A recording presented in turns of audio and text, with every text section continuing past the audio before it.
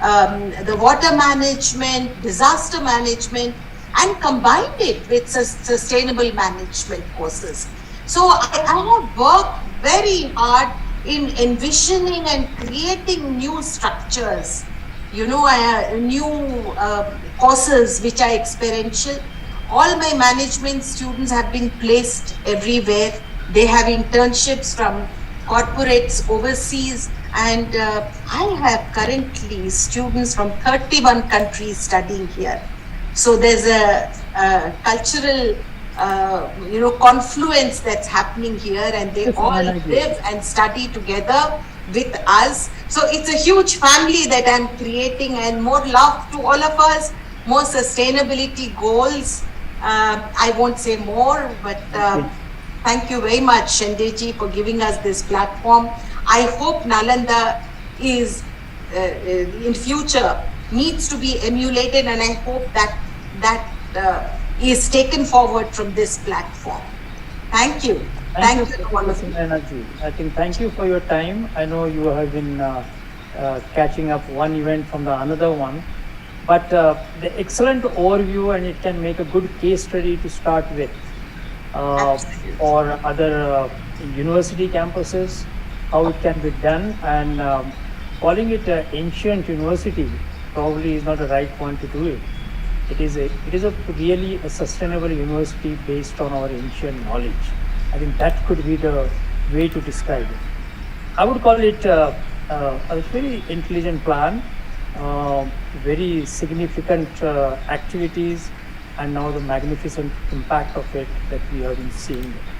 I think one of the messages we got is net zero is basically saving the economy, is saving the finances for the vice chancellors and administrators of university. It's not going to be a burden, and that is coming out after another presentations, right from Javadekar ji, Sahasrabudhe ji, Sitaram ji, and we have been saying that when you go on a journey to the net zero, you basically go on a journey to saving the money, saving the cost, and the sustainability does include what is called as saving the money, because that is required for circular economy to operate. Or thank you, Sunena ji, for that detailed presentation, and we appreciate it. Our next speaker is... Thank you, Shinde ji. If I may interject. Thank you to everyone. I have a flight to take. If I may be excused to make a quick exit, I'll be happy. Thank you very much. I look forward. No problem. I think we have all the flight. We all have the flight to take towards the carbon neutrality. But I'm already on board. Okay. Yes. All right. Thank you, everyone. The next speaker is Dr. Sunil Rai. His best introduction, if I may be selfish, is he's my IIT Bombay alumni and colleague. But he comes from the defense background, and I like that discipline that he carries forward into the education field. He is presently Chancellor of University of Petroleum and Energy Studies. And look at this bold and brave instance that Petroleum University is trying to become carbon neutral. And that is something quite similar to the present COP28 president, Dr. Al-Zabar, who is in charge of the biggest petroleum in UAE, is also trying to say that we have to look at the clean energy. Well, Sunil Rai has a number of assignments, official and unofficial, and his Indian Navy background has never left him, because he always uses that skills in technological fields. He has been a great supporter and advisor to SCCN, and he constantly provides a support in which direction we should go. Dr. Sunil Rai, my friend.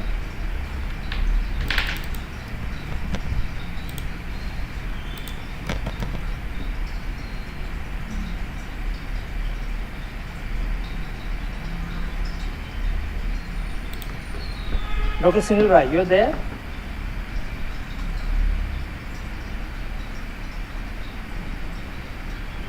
Hello, sir. I Yes. couldn't see him in the participant list. Uh, uh, okay. So we can move to our next Yes, sir. distinguished Yeah. address. Yeah. Yeah. Maybe he's unable to join. I can contact him while the next speaker talks Yeah, about sure. his presentation. Okay.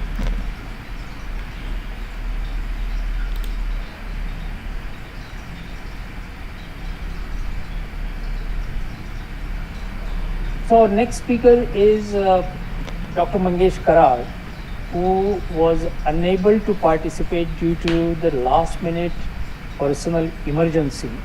So he is being represented by Professor Mohan Dubey, who is a Dean of MIT Art, Design and Technology, and has been taking a lot of efforts for e-waste management, for the waste management in general, which has been talked about by many speakers today.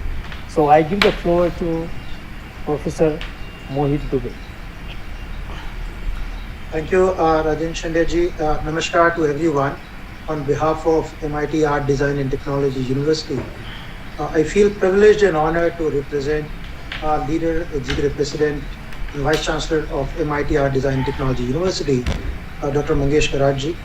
And on behalf of him and the university, I wish everyone the Maharashtra Day also, besides the International Labor Day today. First thing first, I think Dr. Rajan Shandeji, I congratulate you for taking this humongous initiative of connecting the university 75 to begin with towards their journey of net zero university campus. Also, the topic that you wanted me to speak about with regards to the university networking and partnership for net zero. I think, as we all understand, the network is our net worth today, right? It was very pleasing to listen into what Professor Singh from Nalanda University was showcasing. That's essentially the university networking and partnership should be taking all of us towards. As a university, as a leading university from the state of Maharashtra, I would like to condense the overall initiative, the overall steps that we as a university should be taking into a very simple word called ATS. It's not the anti-terrorist squad, but the extent and the severity of the climate change that we all face is a reason for all of us to get together and form this kind of a network to support this climate change initiatives from all the 75 universities to begin with. ATS to me is, first is all the universities should participate in creating the awareness. Awareness among whom? Awareness among the schools that we are encircled, right? The communities that we live in. Right? All these universities will have to act like a bridge in a hub and spoke model, where we are able to, inspire some of these school kids in and around area where we all reside. We are able to extend our support system to our communities that we all live in, and the corporate industries. The corporates that we interact with on a daily basis. Right? If the awareness is created, right, that's the first step for the university to take upon. Right? The T side of the ATS trilogy is the training part of it. Right? As the temples of education, as the owners of these students, faculties, we have to play a very important role. In terms of the new education policy, it also gives us a flexibility of how do you design your curriculum, design your credits, and allocate them towards the academic bank of credits for the students. Essentially, if I want to recall the initiatives that have been taken up into the training side of it, or creating that ecosystem towards the sustainability, I think the role of AICT's institutions, innovation councils becomes a very prominent role, right? Also, the ARIA rankings of the institutions that also enforces a lot of these universities to create that awareness, to roll out some of those programs, to accord a lot of credits towards this climate change awareness of it. I think if you are able to create this capacity building initiatives under the training head of ATS, I think as universities we'll probably be doing a great service to this nation. I think the S part of it, which is the solutions, that brings us to the whole strength of we as a largest network of institutions, which is the universities, which is around 50,000 colleges, around 1,000 plus universities. How do we look at around the solutions part? Right? Can we take up a lot of these projects in the colleges and the schools to make them multidisciplinary?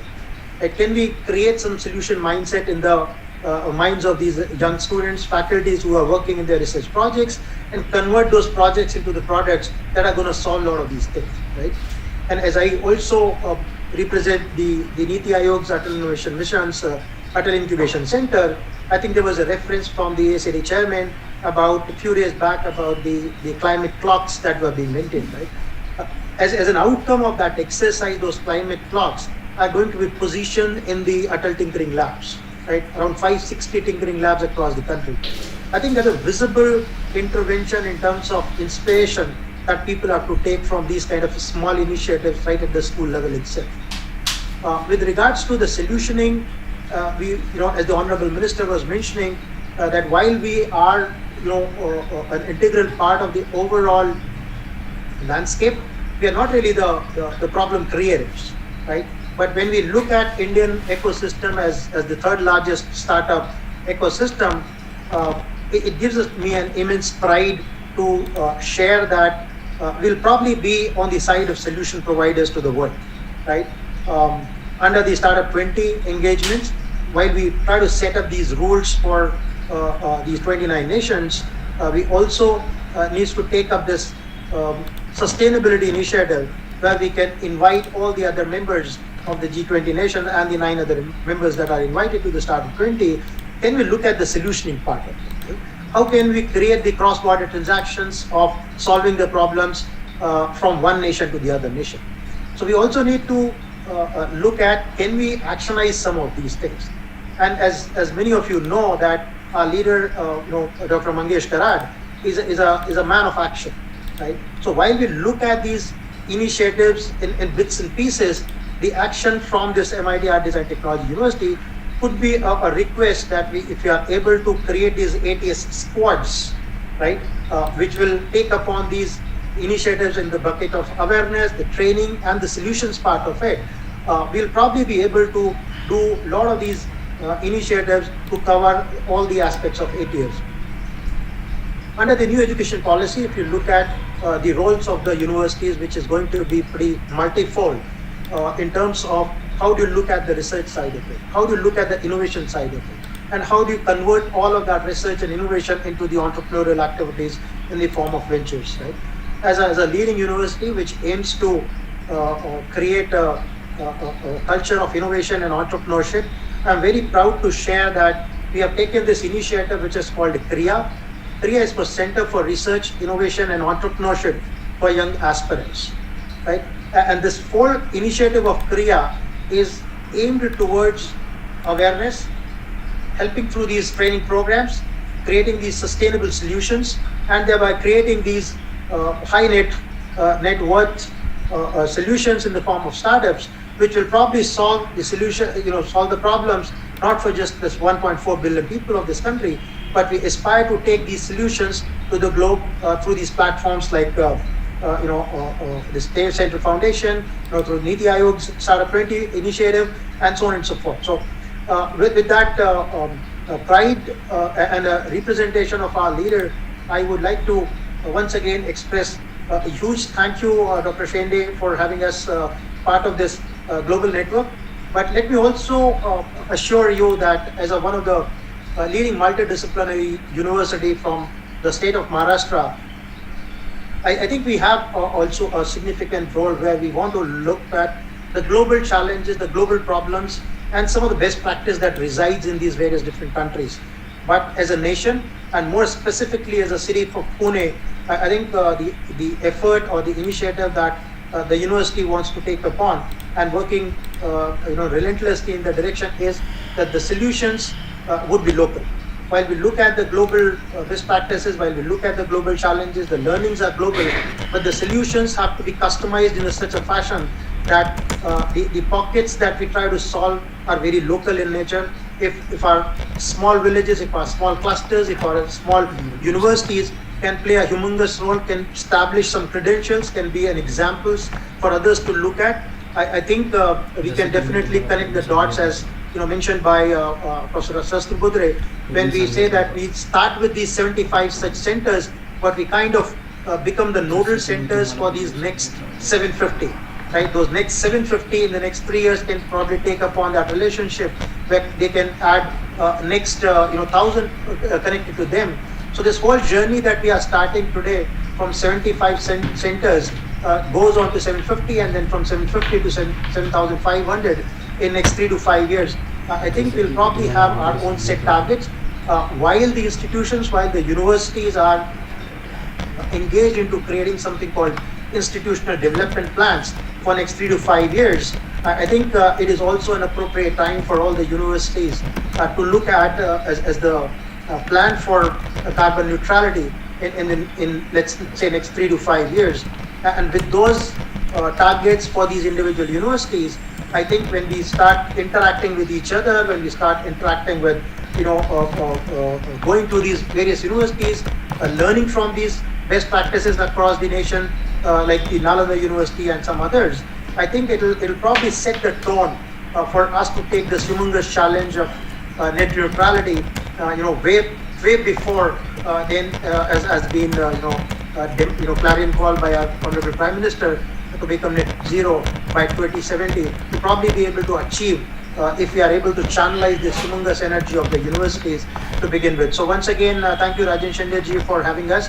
Part of this core theme of this university ecosystem, which is going to be leading this initiative of yours, and I feel very privileged to be part of this. And once again, I thank you on behalf of our leader, our Executive President and Vice Chancellor, Dr. Mangesh Karat, and we assure that this is our pledge to be playing a very leading role, not just from Pune, but from the entire state of Maharashtra.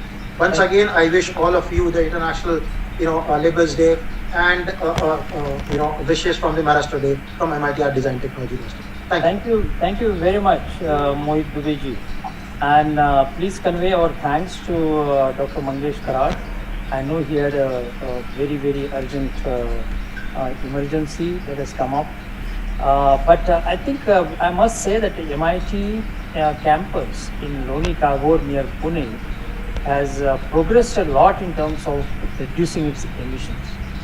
And like Nalanda University, which is also a registered member of Smart Campus Cloud Network, MIT ADT is also a registered member for a long time, and they have been doing tremendous efforts.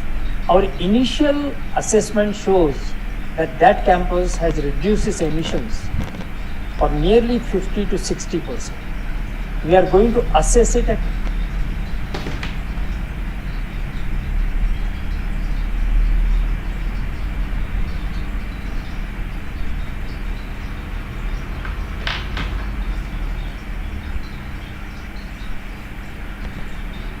probably many of you already know him by his app on your mobile, which is called as Suffer India, which tells you about quality of the air and the air pollution levels in number of cities in India online on a real-time basis, including about 5 to 6 sites in Pune, and number of sites in Delhi, and number of sites from where most of the speakers are coming from.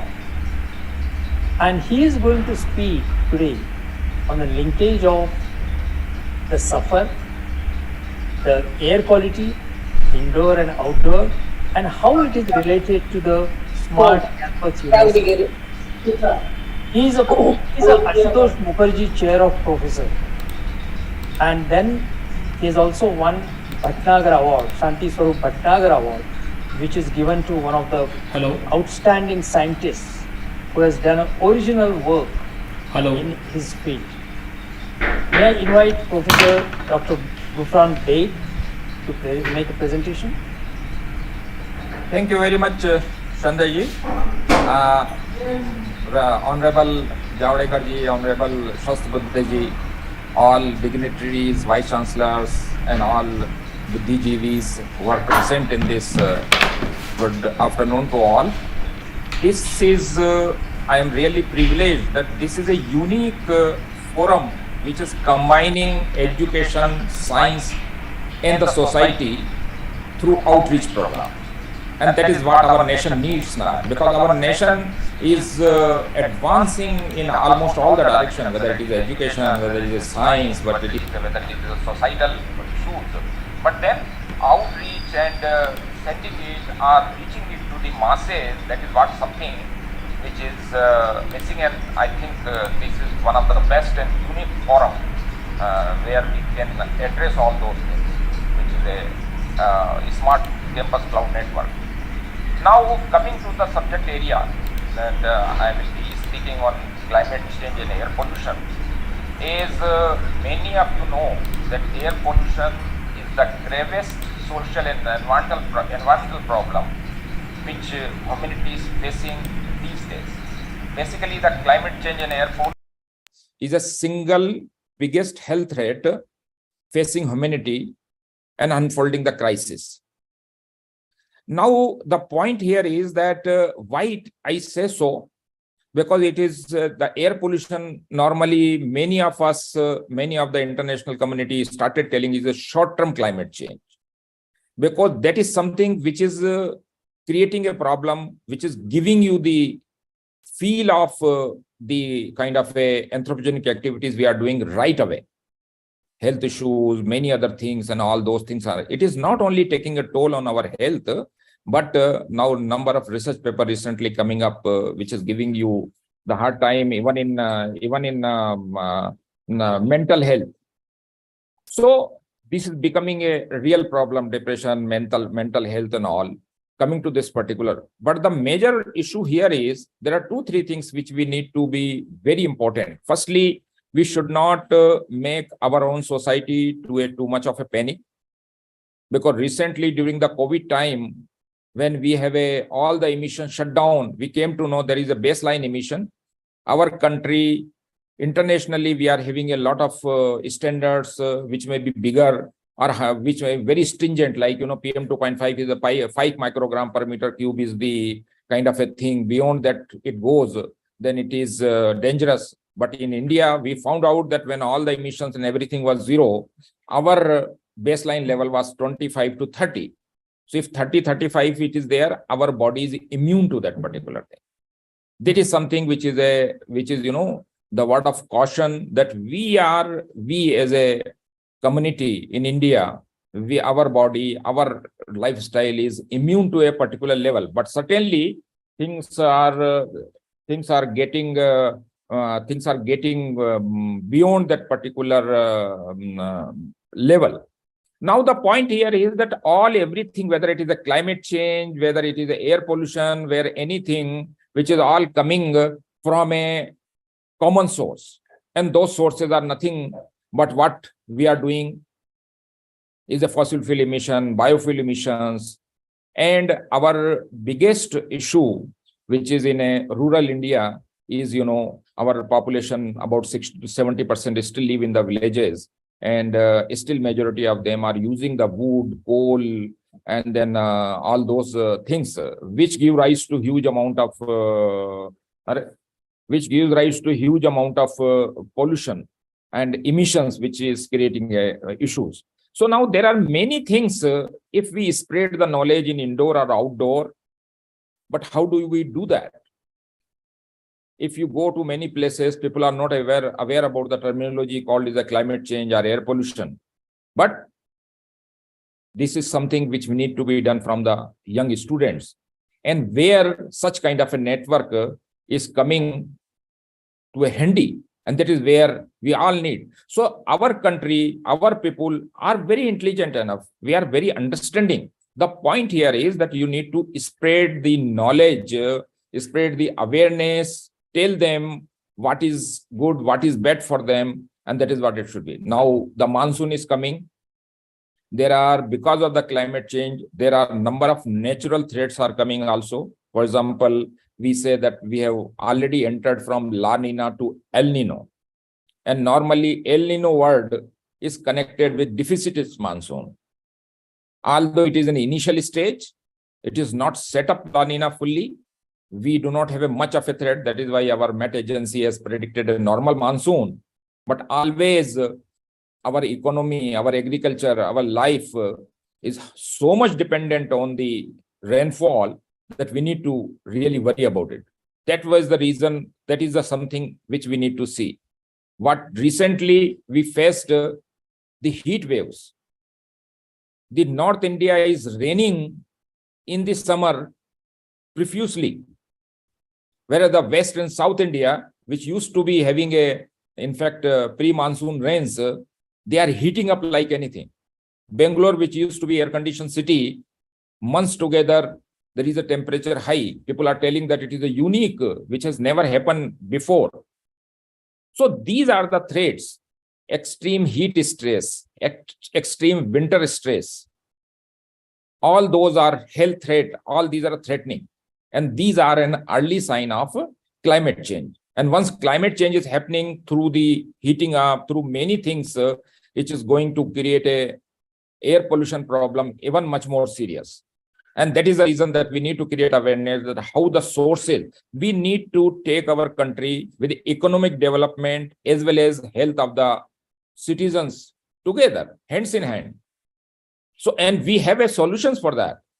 It is just that implementation need to be done properly for that particular thing, that both economic as well as this growth. For example, this is something which we found out that baseline level is higher. So we need not to be panicky about that. We need to reduce our pollution level to 5 microgram per meter cube. Even 30 microgram per meter cube is fine.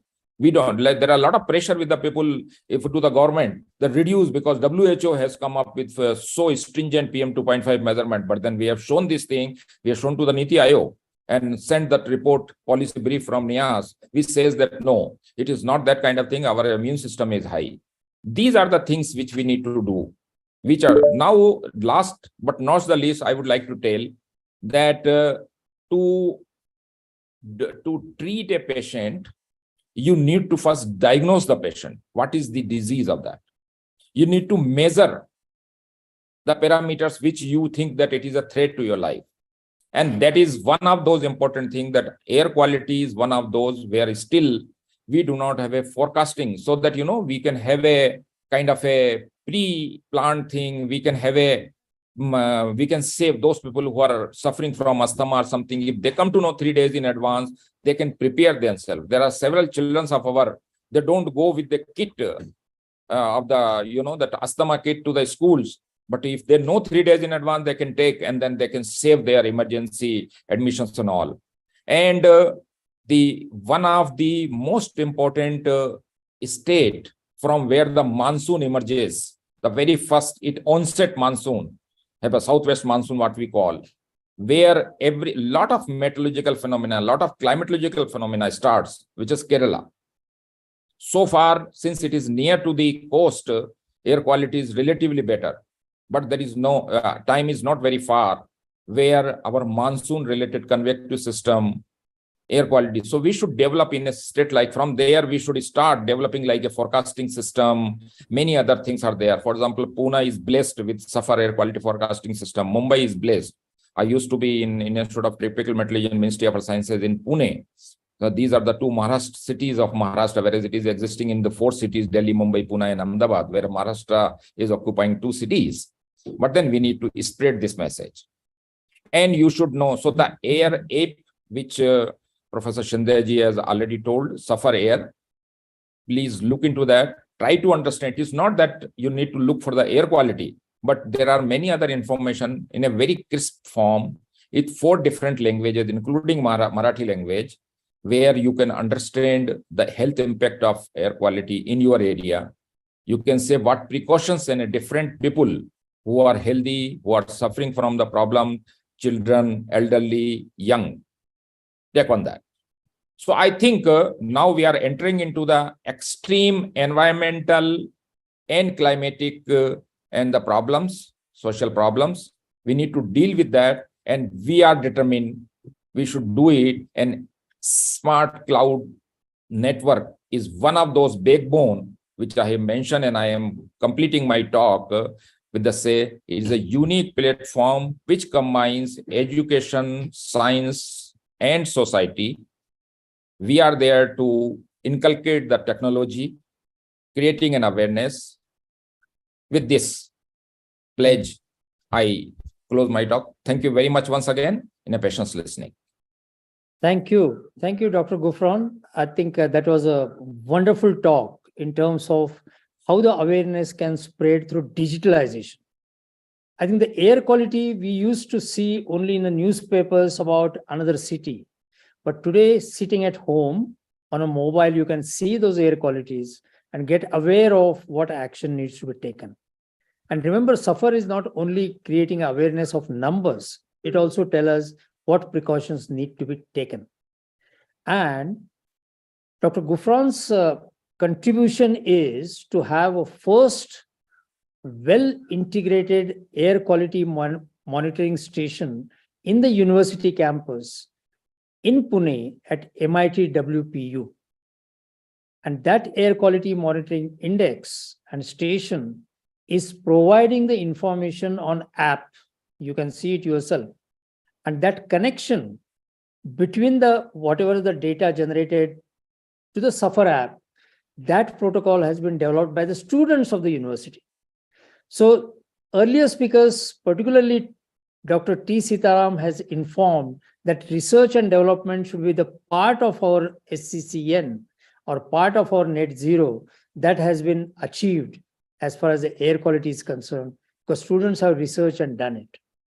One more thing I want to say, it is a bit longish, but NIAS, where Dr. Gufran is at present working, which is a National Institute of Advanced Studies, there it has become the first research institute campus to become carbon neutral.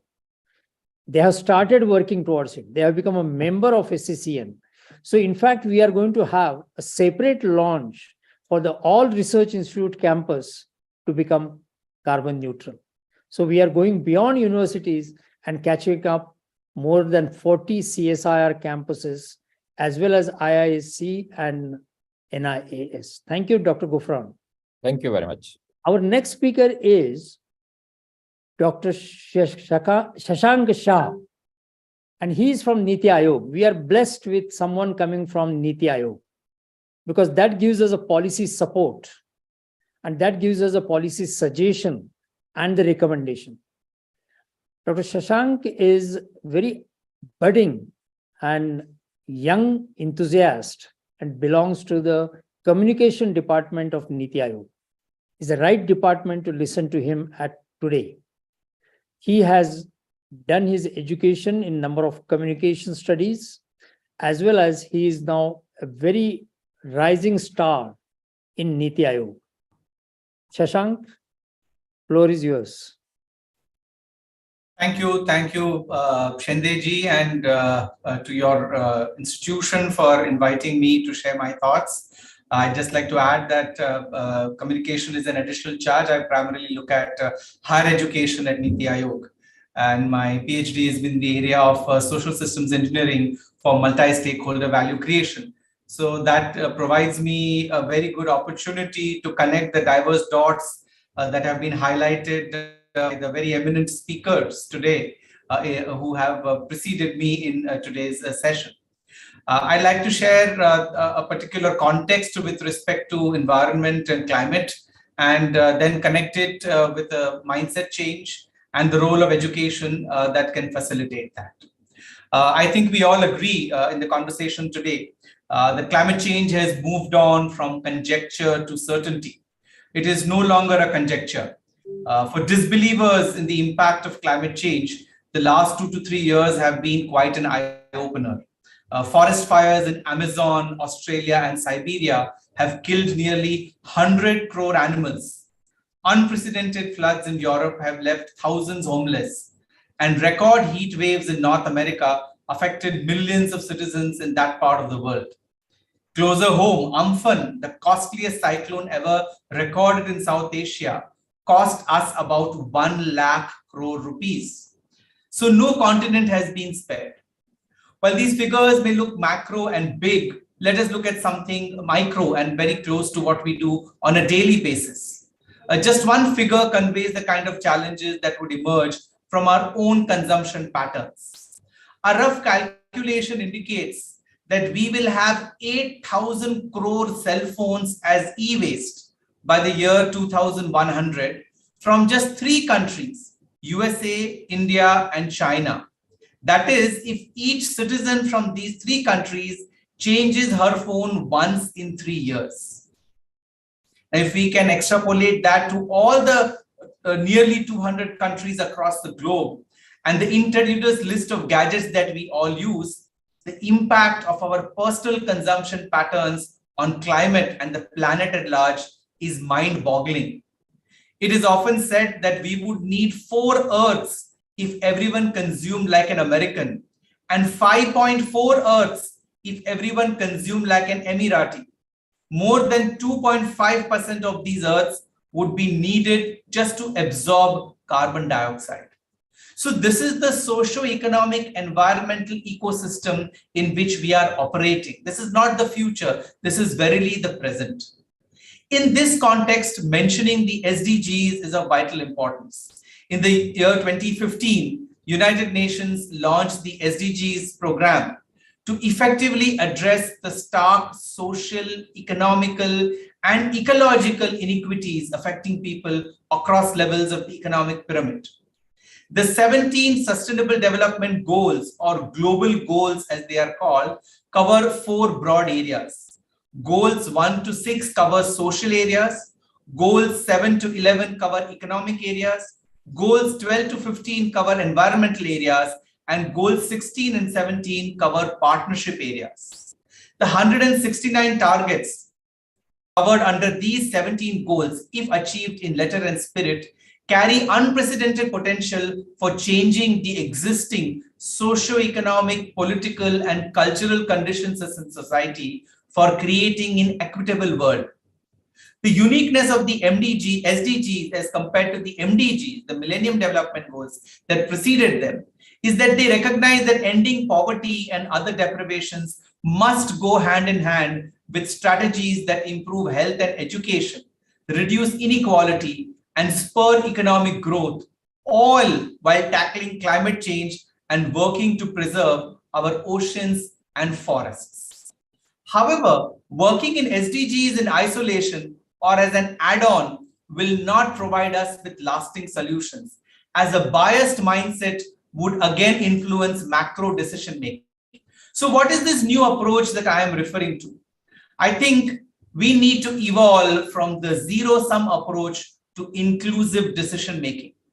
The zero-sum game approach has deeply influenced institutions and leaders across the country and the world for nearly a century. This approach focuses on either or. Either I win or you win. Both cannot win. Either we focus on employee welfare or company profitability. Either we focus on customer delight or cost reduction. Both are not achievable. I believe the era of this approach to decision making is coming to an end. The new approach involves replacing or with and. This is the inclusive approach. And every decision we take needs to be based on this mindset, which provides tremendous opportunity for innovation, which is the real engine of capitalism. India has led by example by embracing this approach at the national level. We have conveyed on the world platform how our economic growth will be achieved hand in hand with our planetary responsibility of achieving net zero carbon emissions, as announced by the Honorable Prime Minister at COP26 in Glasgow, with intermediate targets for 2030. It is not either economy or environment, either financial success or societal well-being. It is both, and India has shown that it must be both. But this approach is not new. It has been the undercurrent of India's culture and heritage, which is reflected in the universal message of Vasudhaiva Kutumbakam, the ideal that the whole world is one family. And hence, contributing to the welfare of all, our collective responsibility. It is no surprise that with this approach as our undercurrent, for 1,750 years between AD 0 and AD 1750, that is pre-colonization, India was the largest contributor to global GDP compared to any other nation of the world. And through all 17 centuries, we have flourished in every field: philosophy, science, humanities, culture, music, literature, and more, all the while holding nature sacred in all that we do. This is the mindset that needs to be brought back into the mainstream discourse of society. So where does education feature in all this? We often underestimate the scale and size of the Indian higher education system, the area I primarily look at Niti Aayog. From 20 universities, 2 lakh students, and 0.7% gross enrollment ratio in 1950, we have now expanded to 1,200 universities with nearly 50,000 affiliated colleges, 4 crore students, and 27% GER in 2022. By 2035, the National Education Policy envisions a GER of 50%, which means 8 crore students will be part of the Indian higher education system, which is the total population of Germany. This will make India the largest higher education system in the world. Moreover, during the Amrit Kal, over 100 crore students will pass through the portals of Indian universities, whether through a certificate, a diploma, a graduation, a post-graduation, a doctoral, or a postdoctoral program. A recent UNESCO report has suggested that more students will pass through the portals of universities in the next 25 years than they have in the recorded history. And India will be the largest contributor. So while these 100 crore students and researchers would lead India into the 22nd century as the world's largest economy, if groomed with the SDG mindset from their formative years, they can make India inclusive, sustainable, and successful, which is the real need of the planet. I'll conclude by how this can happen at the university level. Start early, drive slowly, reach safely. The road safety mantra that we are all taught is applicable to our sustainability journey. Ironically, we presume that the change we are looking for will be ushered in by professionals, whether in the public or private sectors, and more so by corporate leaders in boardroom discussions. However, when their training is of the either or format of decision making, how will they bring in the much needed and into their approach? For this reason, the understanding and implementation of SDGs needs to be brought from the boardrooms to the classrooms. This can be done at 3 levels. First, curriculum and pedagogy.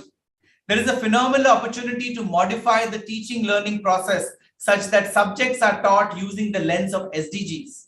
This will help train students in problem solving and decision making from a lens that integrates growth and development with sustainability.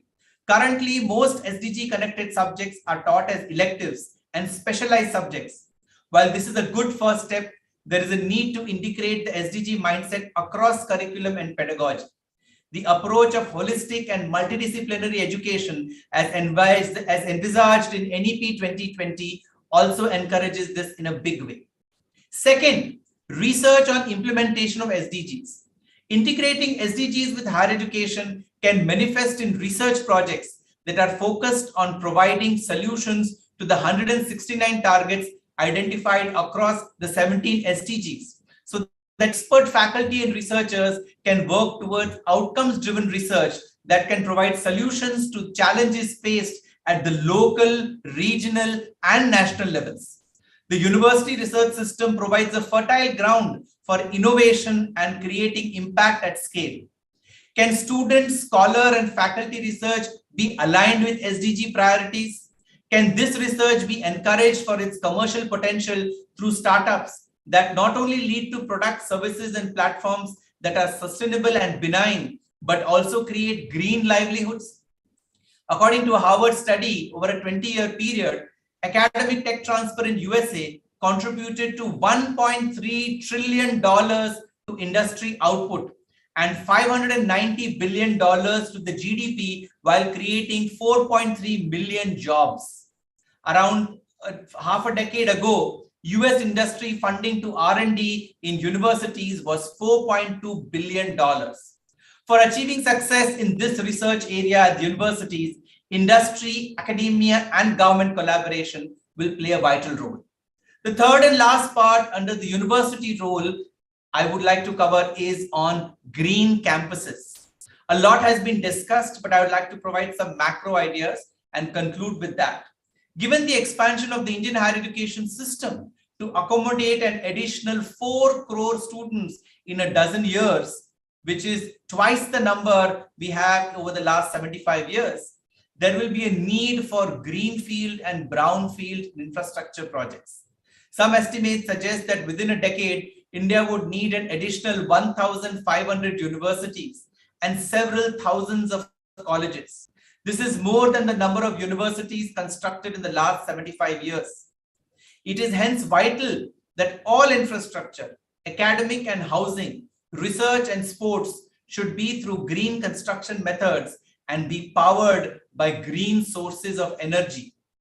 Provisions for sustaining campuses through solar energy and rainwater harvesting, encouraging circular economy approach of recycle and reuse, campus-wide tree plantations, and using alternative modes of transportation, including EVs, can be priorities for regulatory approvals and funding for new campuses. Mission Life, which is Lifestyle for Environment, launched by the Prime Minister last year, highlights several opportunities of minor lifestyle changes at the individual and institutional levels that can have substantial and collective benefits for the community and the society at large. Estimates suggest that up to 20 to 25% of the SDG targets can be achieved by minor lifestyle changes. Students and faculty, parents and staff can be encouraged to embrace this approach in their personal and professional lives. A central portal that captures these innovative and impactful initiatives at curriculum and pedagogy level, research and impact level, and green campus infrastructure level. At all three levels, a central portal can track the performance and ensure best practices sharing by universities across the country so that there can be greater peer-to-peer learning. I'll conclude with an interesting fact file.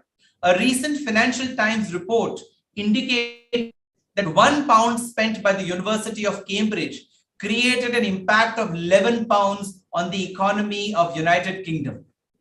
If this investment is SDG driven, the impact will also enable achievement of SDG related outcomes that will help not only individuals and institutions, but also countries and continents. This is where universities and university faculty, staff, students, parents, and the larger administrative ecosystem can play a phenomenal role.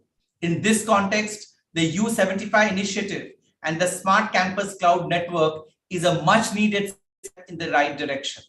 May U75 expand to U1200 to make all the universities part of this vital endeavor and ensure that education and environment become synonymous. My best wishes. Thank you. Thank you, Shashank. Very inspiring. And coming from you as a young budding professional in Niti Aayog, it makes a lot of sense. I think 75 to 1200. And you are even saying that one more 1,500 are coming in next few decades or so.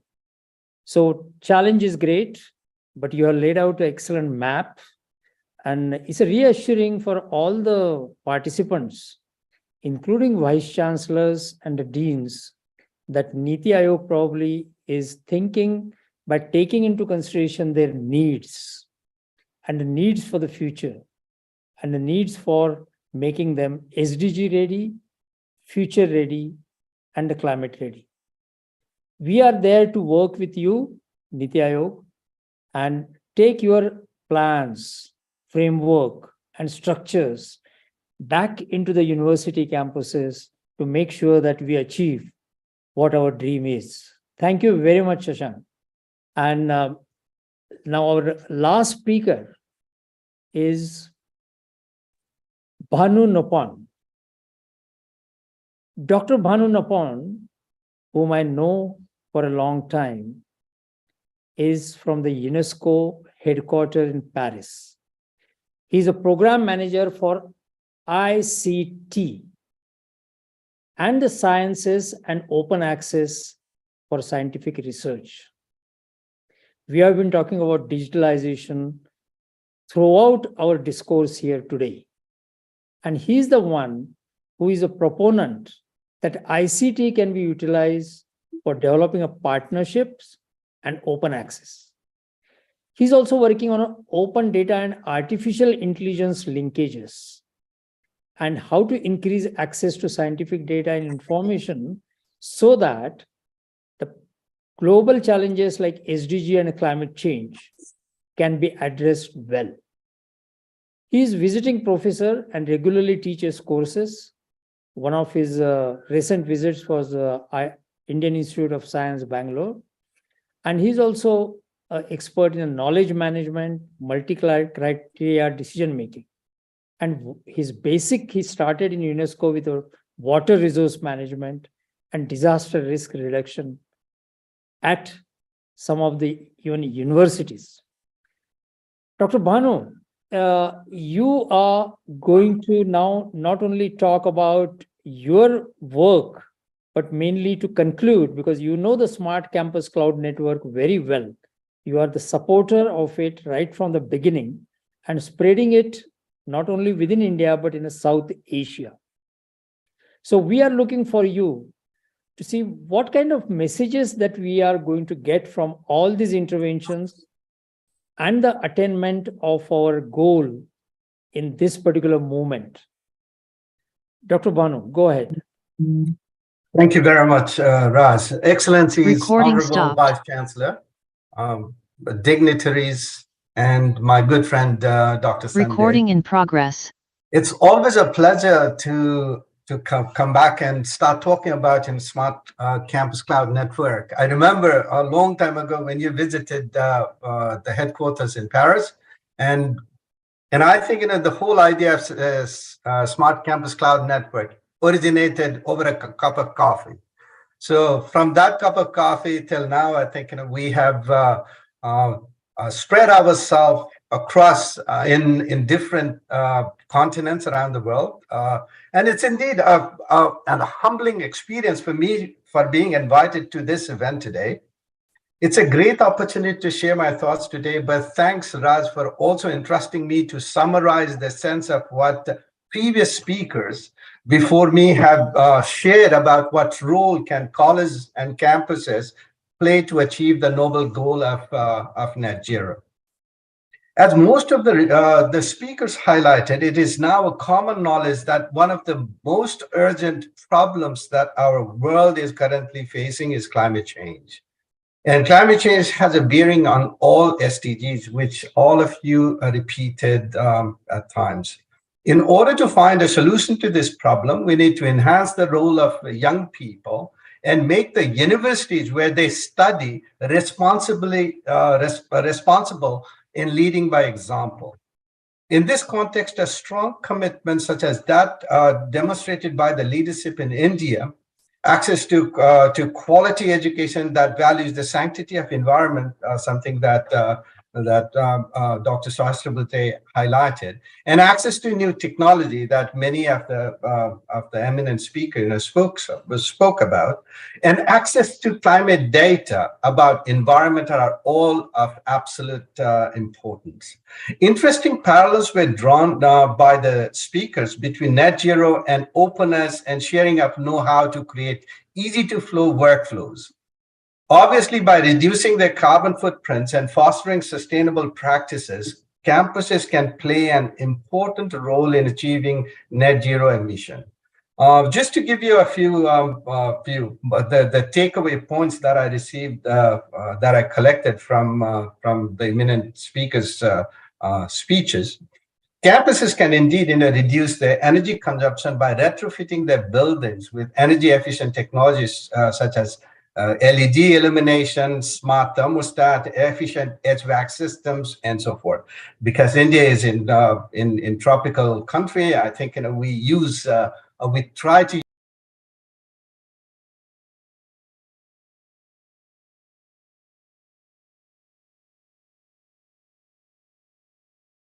many of these major cities are converting into.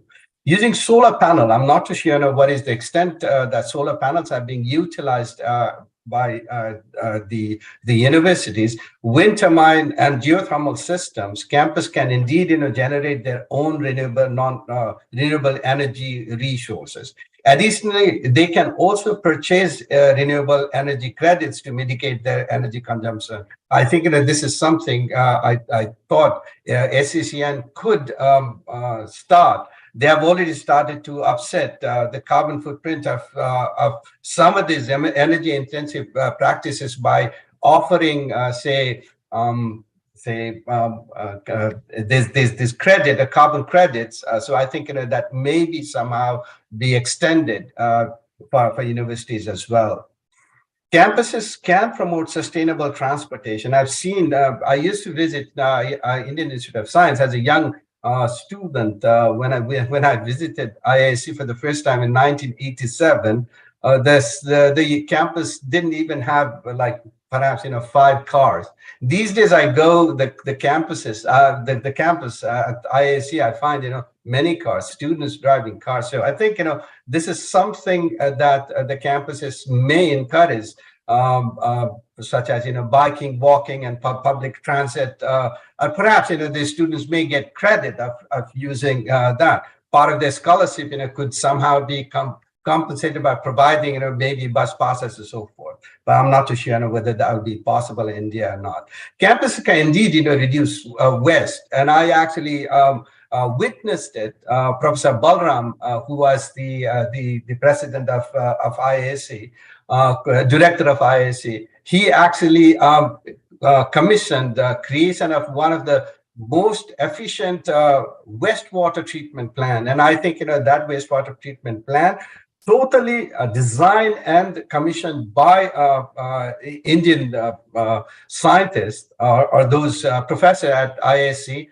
This system is providing IISc in almost 20 to 30% of its water supply needs. So the other thing the campus can indeed do, and many of the speakers highlighted that the campus can not only educate the students, but also the faculty and also somehow create a system of siphoning this knowledge back to the homes of these students. So they can also do something on engaging the local community and promoting sustainable actions off campus. But the most important issue is to create a network that helps learning from each other. What the key mechanism monitoring these parameters is the most important thing. We have been talking about creating sustainable campuses, but how do we monitor them? How would these 75 university campuses are monitoring their net zero behavior? So I think this is extremely important. So this requires developing strict workflow and identify key determinants to measure success. And I hope SCCN as it advances, perhaps will establish some of these things.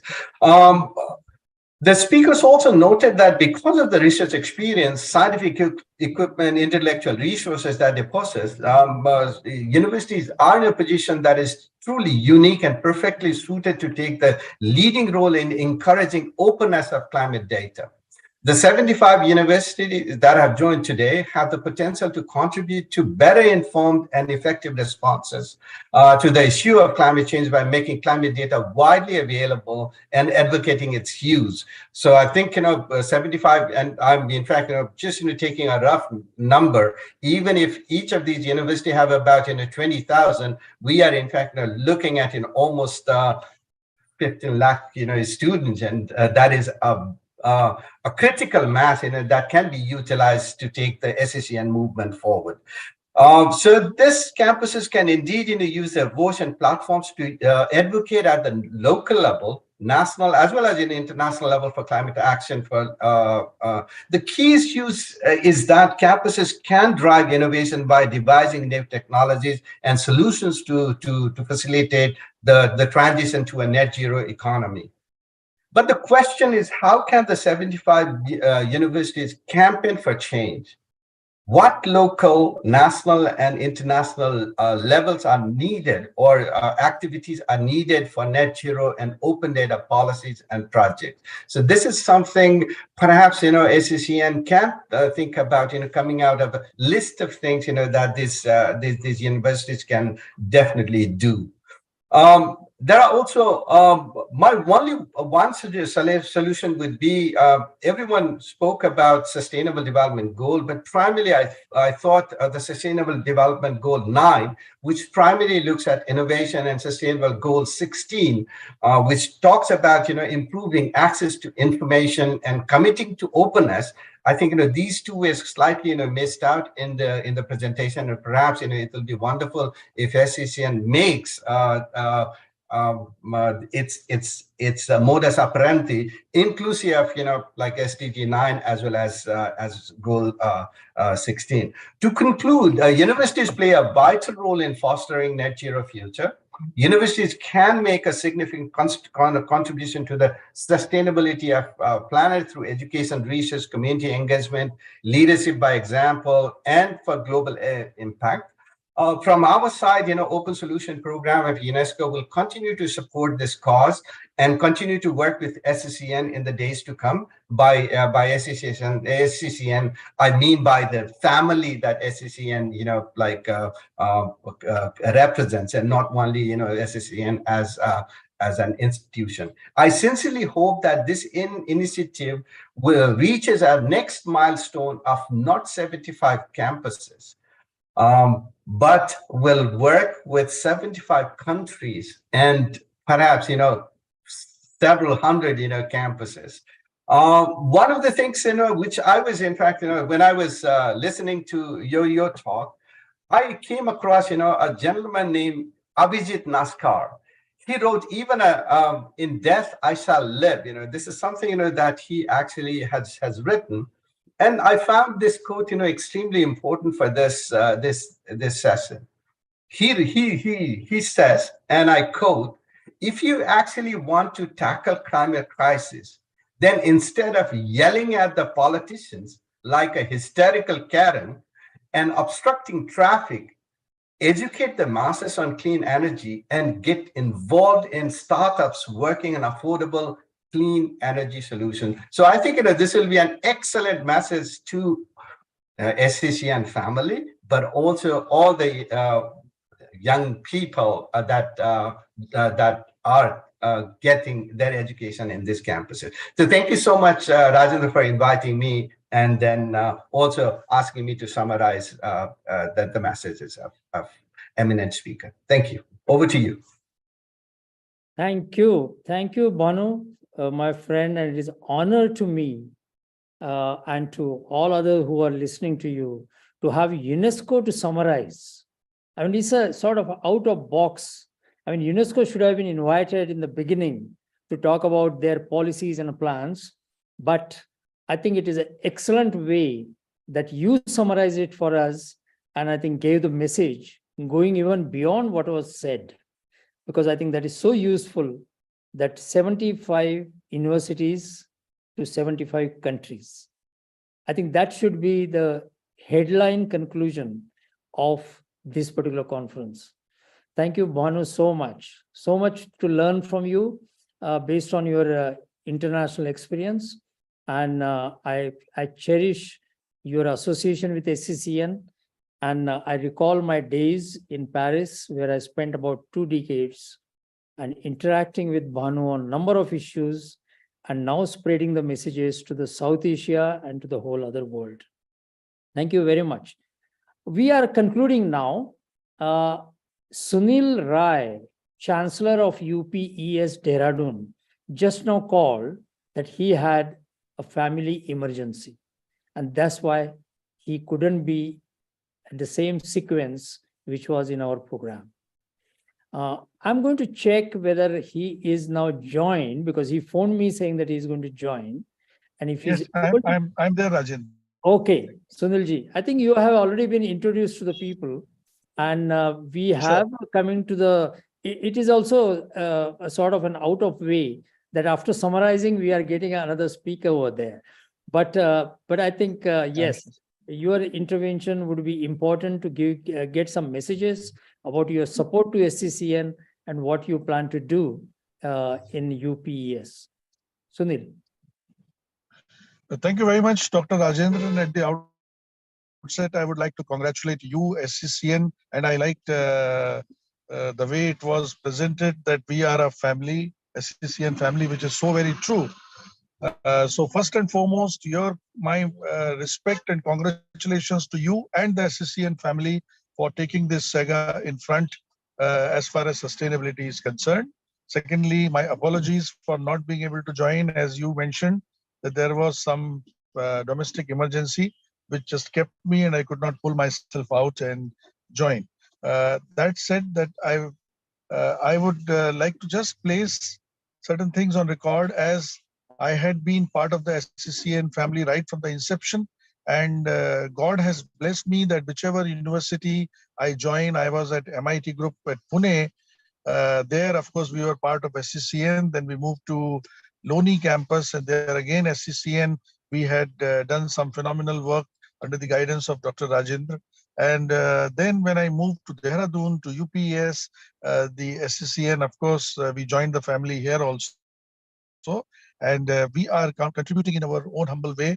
As you rightly said that, of course, my making remarks after such a wonderful conclusion being done is just to make a remark on three things that we are doing.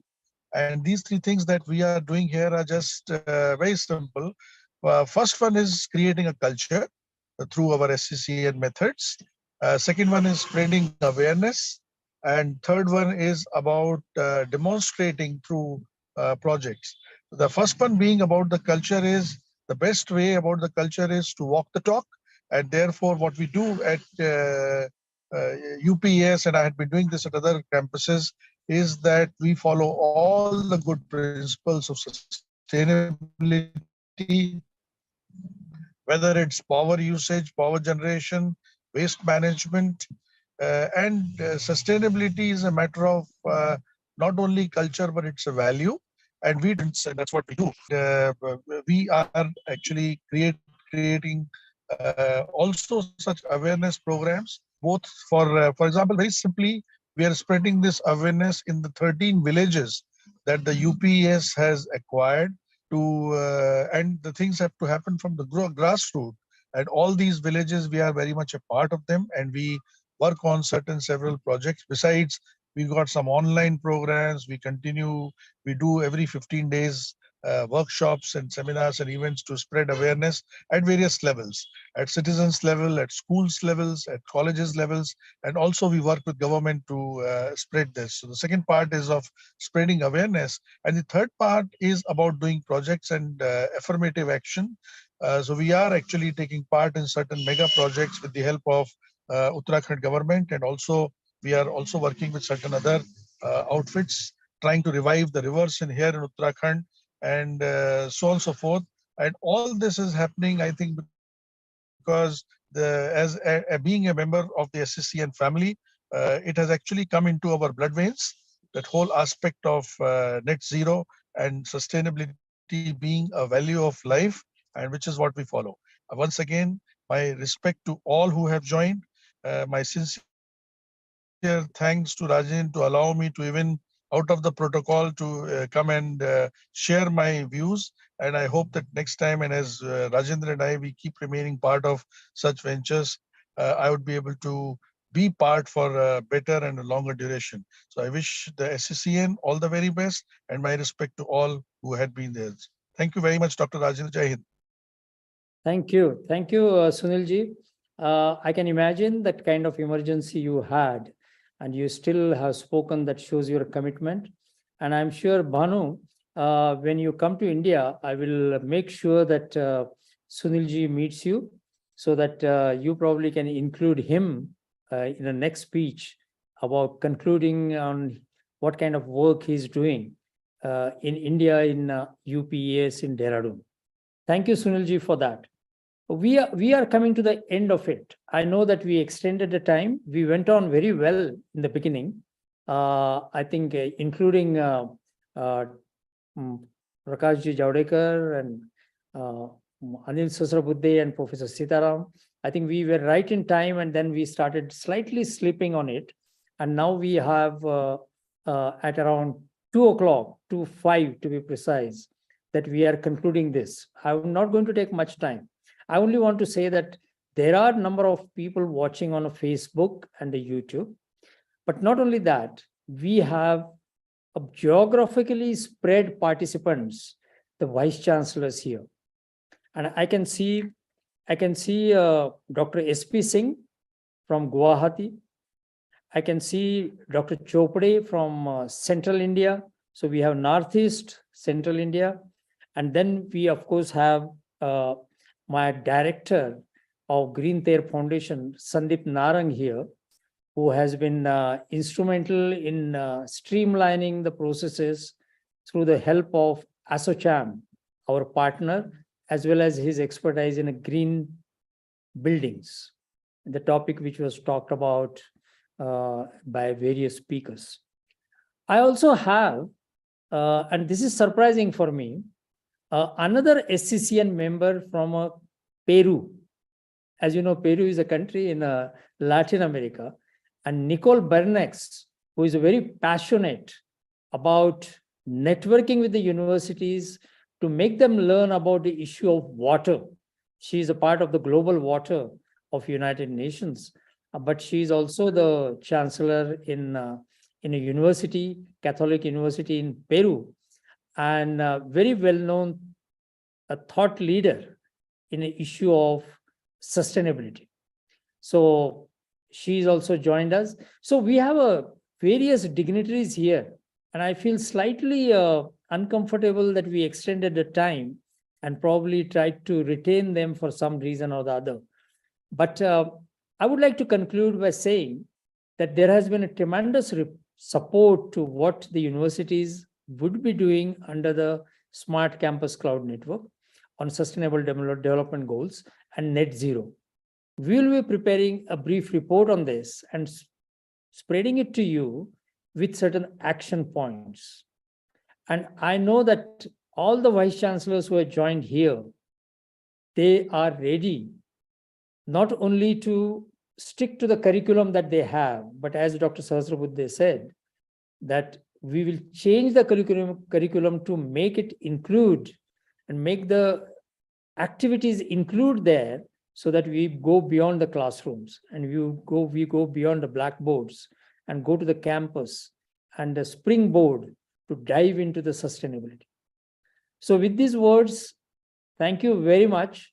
We didn't have time for question and answers, but I have quickly looked at the chats and all of them seem to be telling us that we are on the right path.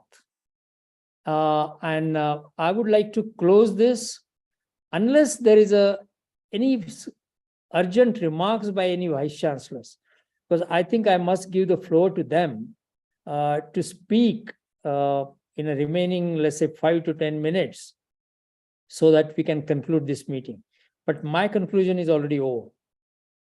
Anyone? Dr. Singh? Thank you, Dr. Shinde. I just already messaged you in the chat box that it was very, very informative, motivating from everybody, from Sahasbuddhe ji to Javadekar ji, and everybody. Actually, I know personally all of them, and Sitaram ji was the vice director of IIT Guwahati. So I wanted to hear them out and wanted to know what mission you have initiated, and we are part of it, and how everybody is taking it forward, and how they can, make us also more motivated and help us to understand how to scale it up and how to introduce new things. And I think it was quite informative, and we have grasped it properly. And I was thinking about the funds and resources I may, take it out from the budget to put in there so that we can do something more. We are doing our bit. I think you know it very well. From clean campus to green campus, no plastic, all that, solar panels, water harvesting. I think almost everything is there. Sewage water treatment, whatever is required. And I would say that recently we are preparing for NAC also, all the parameters and best practices from, gobar gas plant to vermicompost, all points which are there in the NAC, which is in tune with the objective of net zero. And many more things can be done. The way Madam has done in Nalanda University probably will take more time to do that kind of things. It all depends upon resources. But as Dr. Sunil Rai has said, and everybody, whatever we do, from saving the energy, putting the energy back to the grid, also producing energy in the best possible way, and making minimal or negligible impact on environment, that should be the objective. And we all are going in that direction, Dr. Shinde, and your sessions, whenever I attend, that gives me new thoughts and ideas. Vice Chancellor are here to learn, not to comment. So I have learned a lot today. Thank you so much. Thank you. Thank you. So humble. So humble. I like it. I will give one more opportunity for a Vice Chancellor, Nicole from Peru. Nicole Bernex, a few minutes. I think you are mute. Thank you so much first for your invitation. Just to let know everyone that my university, Pontifical Catholic University of Peru, we have 31, nearly 31,200 undergraduate and graduate students with 32 programs. And actually, we are developing a plan to achieve the objectives set out in our agreement. 2 teams will be strengthened and working in a very integrated way. An internal team inside the university with strong interaction, climate of change, Center of Applied Research in Geography and Environment, among others, and an external team with strategic alliance. And we are actually in touch and working with the Peruvian network of universities, with 27 universities, 19,000 professors, and 300,000 students.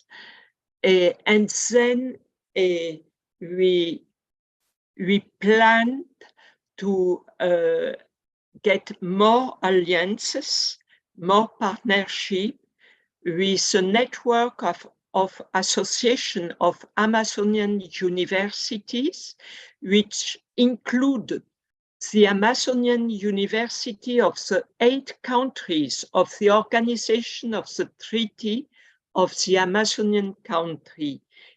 We know that it's a huge challenge, but all of us inspire us a lot and show us the way we have to take. And I would like to thank especially you, Dr. Rajendra Shinde, for your great support. Thank you very much.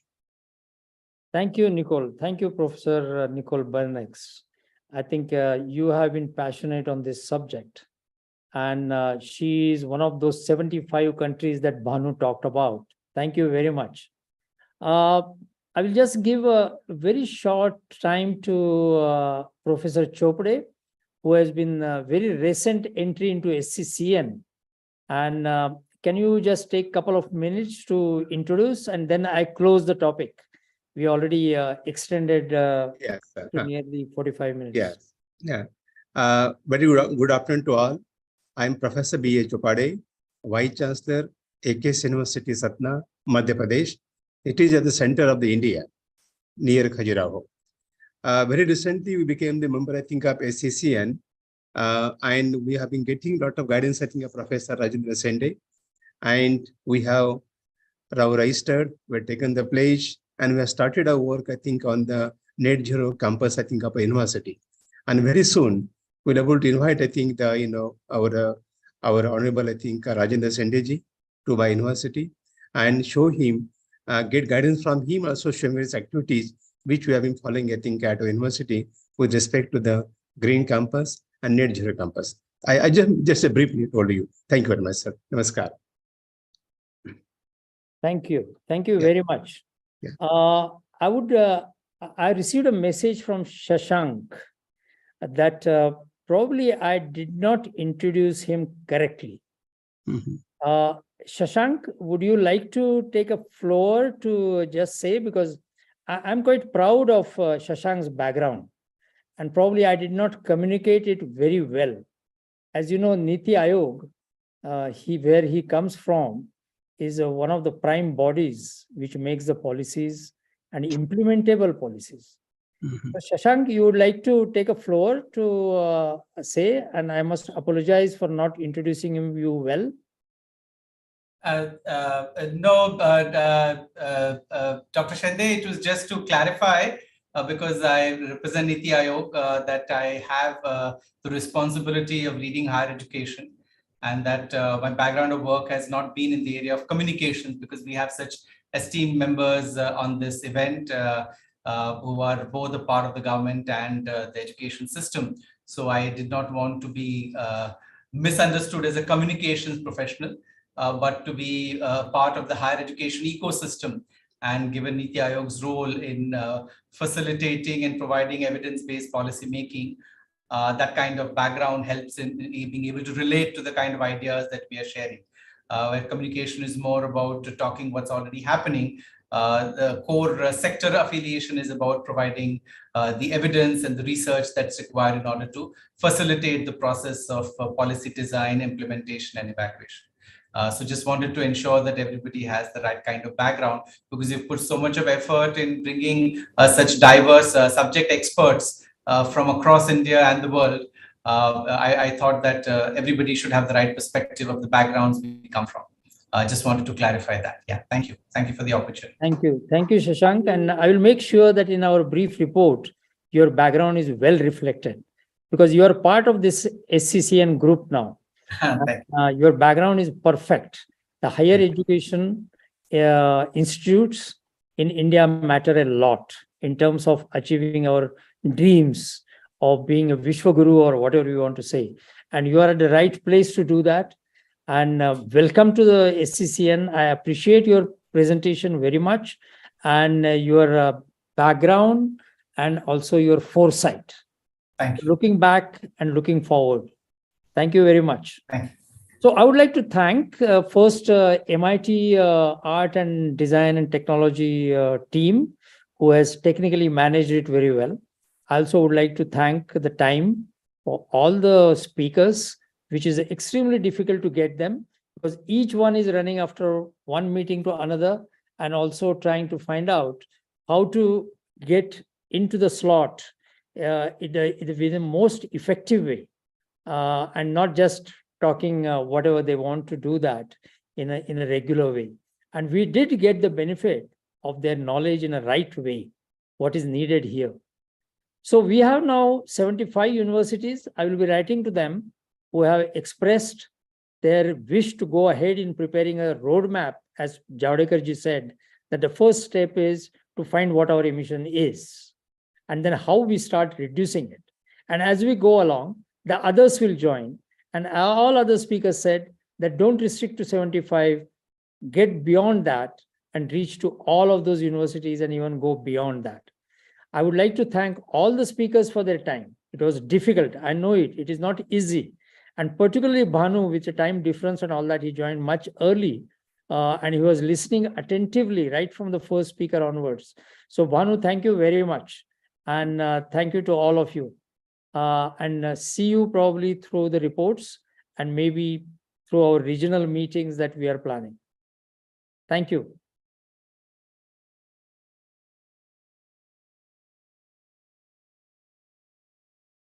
Recording stopped.